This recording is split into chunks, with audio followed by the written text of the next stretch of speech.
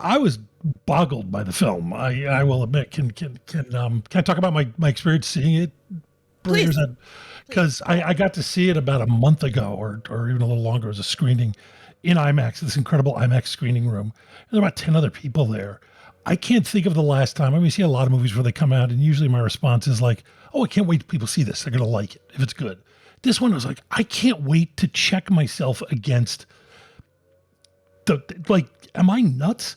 Because there's so many things about this film that I was a little anxious going into, because there's a long history of really successful directors who've kind of built their names doing stuff, finally getting complete creative control, doing something completely original, and then just going insane and making something like, Spielberg's famous one is 1941, which is fascinating artifact, one of the worst movies ever made. And there are so many moments in Sinners, so much of it just feels like it's just barreling towards flying off the rails into just complete self-indulgent insanity. And it never does. Everything works. I'm constantly sitting there the first time I'm seeing it going like, oh God, please don't screw this up. And you get to the end of the scene, you're like, oh, he did it right. And you get to another scene, you're like, oh, don't, oh God, no. And then it works. And the perfect example being that dance scene where, like, one of the things that drives me crazy about a lot of period films being made, today, is filmmakers will have a tendency to like not trust the audience to enjoy music from that period. So they'll try to juice it up. And I was really thrilled when they started playing music in the film, and it's like, it sounded right for the era. And then he goes and he does the thing I'm talking about, but he figures out a way to make it contextual and to make it work. And that dance scene is one of the most amazing things I've ever seen. It's just absolutely incredible. And again, you're like, please God, make it work. Please God, stick the landing. And then he sticks the landing, and you're like, I need to see this again, because yeah. Oh, okay. So conscious of people who haven't seen the movie, I'll go ahead and set it up. I'll go ahead and set it up. Oh, yeah. You guys are desperate to talk about this dance scene, and I hear you, but I really need us to say very basically what the plot of this movie is. Well, it is about the blues. Okay. Well, we're introduced to these two twin brothers, the Stackhouse brother, Smokestack brothers, excuse me. Smoke and Stack were both played by Michael B. Jordan.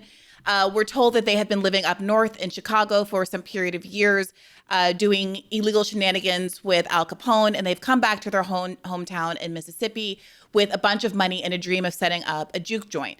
They go and visit some kind of old barn-type building, which they buy off of this slimy white man who denies that there's any Klan around, that there'll be any problems with this transaction. And then they go back into town and reconnect with a number of folks that they clearly had positive relationships in the past, including Chinese-American grocer's family, who agrees to paint a sign for the establishment, help out in various ways.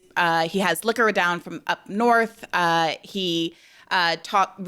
of the twins reconnects with an ex-partner who agrees to fry the food. So basically, they're reconnecting ties with all the family, and we get a sense of what the broader community is.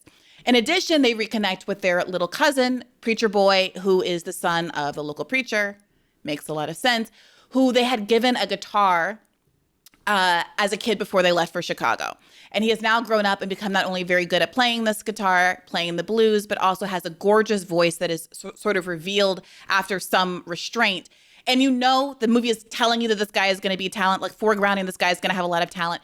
But honestly, when you hear this young man sing, it really did feel mystical and magical in the way that the movie demands.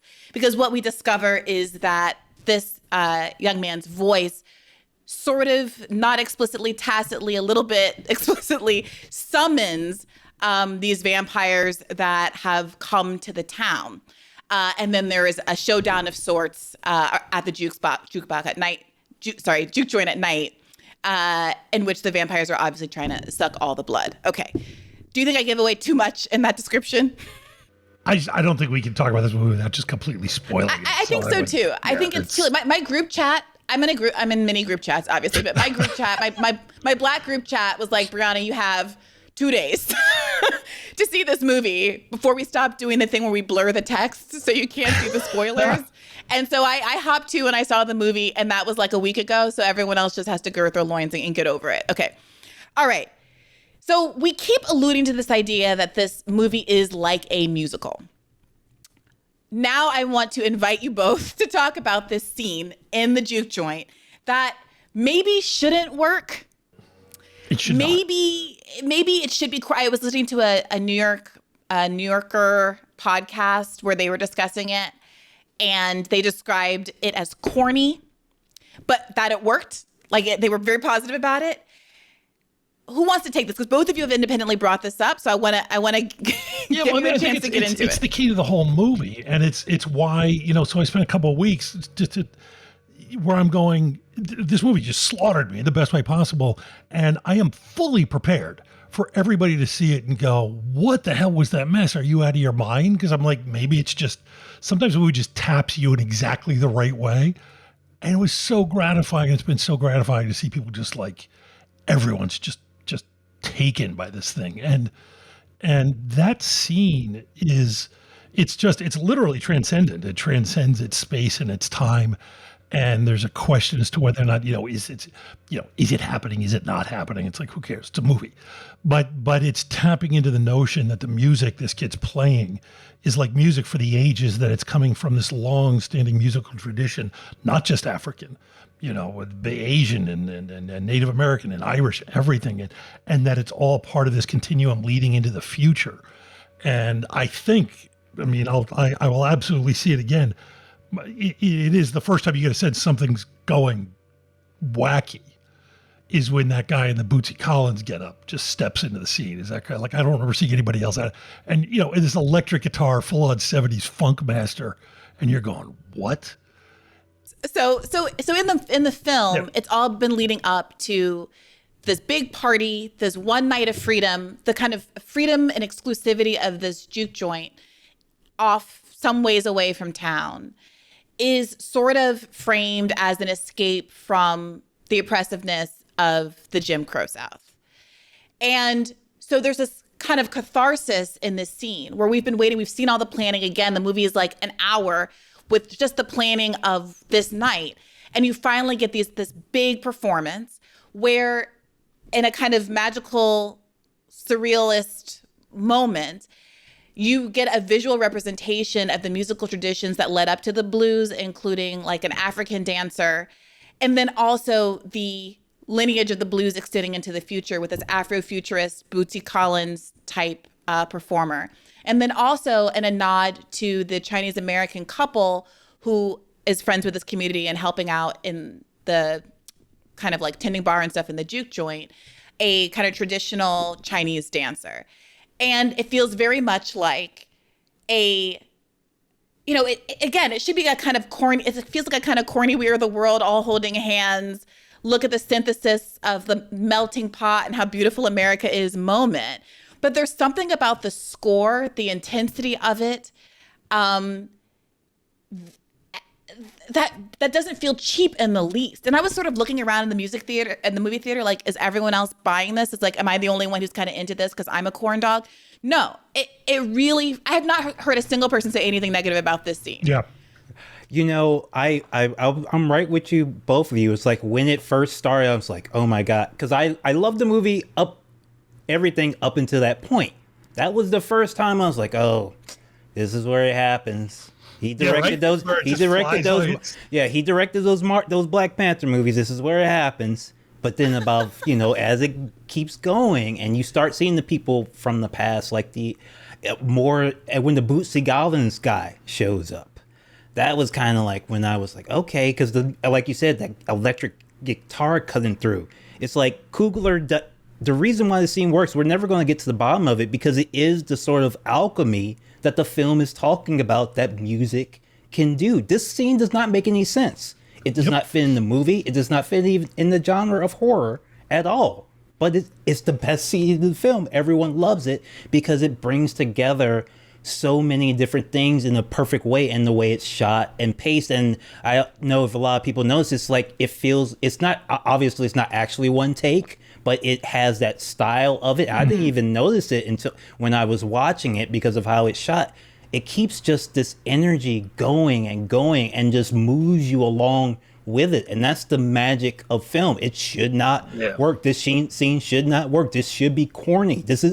People have tried to do this type of scene many, many times, or try to make points like this many, many times. And like Josh was talking about, like, what's the Netflix show? Is it Bridgerton that uses contemporary music in, a discordant way? It's like, none of it works as well. And maybe it's not fair to any of these creators, but he just hit it just right. And all the, maybe even when the people show up, in the order, in the space, when they show the turntable, everything is very carefully crafted, how this scene is shot. And maybe it's just how he did it, and he did it so carefully that it works. And the joy we see from all the characters, too, that we've met up until this point, that we know are about to die. That's also, like, a really, like, that helps bring it along. Like when you see the Asian, the Chinese waitress, like when she's dancing while she's serving, like that's joyful. That makes that brings you up in a way that's just interesting, and just that is really unique to film and cinema. Well, and then he's so good is the thing. I'm always like, there's a few movies that do this where, because he's making this movie and he's knowing that so much of it is going to hinge on being to pull up, and then I have to pull off this incredible scene that's almost impossible, and then everything will be great. And he's just going about his business and doing that. I think the two that always come to my mind are, there's a scene in Mulholland Drive where Naomi Watts, as an actress, has to go give an audition. And the entire film hinges on it being the best audition you've ever seen. You're like, that takes just incredible, confidence just to like go in. Save the Last Dance. Perfectly executed. Where there's a great line in the Princess Bride script where you go with the writer writes, "What follows is the greatest sword fight you've ever seen in a movie." And then what follows is the greatest sword fight you've ever seen in a movie. They're going into this. They're not going, "Hey, we're going to be, we're great. We know what we're doing. We're going to kick it." We're like, we're going to conceive and film and direct and everything. I'm going to make a scene that's so fucking good it blows people's minds that almost nobody on the planet can pull off. Cool. What day are we shooting that? Thursday? Great. What's Friday? It's incredible. My God. So Leslie, you sort of said the music doesn't necessarily fit the genre of horror. I do want to say counterpoint, Little Shop of Horrors, movie musical, Sweeney Todd, movie musical. There are horror movie musical. There's horror, but like if it was like, I feel like it's not actually a musical. It just gets to that point. No, of course. That's what I meant. That's right. But I do think it's interesting because years and years ago I dated this guy who was in a musical theater program at NYU. There's a whole cast of characters in my past. But one thing that he was saying as he was taking this musical writing class was that a music, like, people don't like musicals. Some people don't like musicals because they feel like the music interrupts the scene and it's artificial and yada, yada, yada. But he says the sign of a good musical is that the song should be able to do something narratively that would be very difficult to accomplish with words, with dialogue. It can do it more efficiently. It can make time pass, time travel happen. It can make achieve an emotional connection that would be difficult to demonstrate in like a very short period of time on film. It should be additive, not just a filler that is duplicative of what's happening in the narrative. And I think that this scene sort of accomplished that. That being said, I think now we have to get to the nitty-gritty of what this movie was actually trying to say and do. And to do that, I think we need to say a little bit more about what happens plot-wise. So here are some more spoilers. The night goes awry because 3 white vampires show up. We were introduced to one of the vampires in the very opening scene of the movie. We see a white man who's mostly naked and sort of almost in flames, sort of like coals, simmering embers, running at dawn through a field up to a house. He bangs on the door, asks to come in, says he's being chased by Native Americans, and in fact he is. The white couple who owns the house ultimately let him in. You see a Ku Klux Klan robe in the background, suggesting, of course, that they are in the Klan. And after trusting this guy, the woman comes upstairs and sees that he has eaten her husband and also her baby and turned them. Interestingly, we don't hear anything about that baby going forward. I guess it doesn't get turned, but never mind. Later, the 3 now vampiric white people show up at this juke joint But they don't just show up saying, "Hi, I'm a vampire, let me in." They have to be invited in per vampire lore. And part of their pitch is that they are a sort of Irish folk group who just is there to appreciate music, that they heard the music coming from inside, and as fellow music lovers, and implicitly fellow people who are sort of outsiders who have been discriminated against by, the white man, that they should be part of this community too. And ultimately, while the Black people are suspicious and turn them away, because so many of the guests at the juke joint are unable to pay in legal tender, because it looks like that's some kind of a company town situation where they're paid in nickels by wooden nickels. Yeah. Exactly. Which, by the way, I think we should point out for the audience, was a thing and continued on past sharecropping to the coal mining days as well. Yes. So they've ultimately decided, okay, let's go send someone out to see if those white people are still around because they might have real money. And they end up sending out this woman who is an octoroon, 1/8 Black, who had a relationship with one of the twins, to go and see if she can suss them out, as someone who presents as white. She ultimately gets turned, this is the biggest spoiler, sorry. She ultimately gets turned into a vampire and is invited back in because they think she's one of them. And then there's a standoff of some vampires that get turned outside versus the people inside. Okay. So this music, the beautiful music in the scene that we just described, and the incredible vocals and talent of Preacher Boy are juxtaposed in a series of scenes with this Irish folk music being played by these three vampires that are trying to get in. And then as they are able to turn more and more Black people, there is this big, more cacophonous performance that they do that incorporates many of the occupants of the juke joint. I love the idea that if the Irish vampire bites you, you now know all the Irish folk songs. As well as becoming a vampire.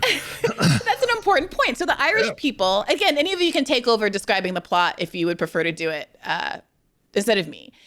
But one of the things that gets revealed is that when the vampire sucks your blood, he absorbs all of your sort of knowledge. So when the husband and the Chinese American couple gets eaten, suddenly he can speak Chinese. He's speaking Chinese to the wife, says some very personal things about their sexual behavior. There's a lot of eating. For a vampire movie, there's a lot of different kind of eating discussed in this film. And it freaks her out. She's like, what the heck? This white man is speaking Chinese. This is like, I was sort of freaked out by vampires, but what's really freaky is this white man is speaking Chinese. Okay. And ultimately, it is her fear that he is going to go with all the knowledge that he has to go back into town and kill the daughter that we saw working in the town that causes her to panic and basically say, all right, come in. Don't go kill my daughter. Come in. We'll fight you here and now, which ends the standoff of the outside vampires versus the inside people and instigates the big kind of penultimate fight scene.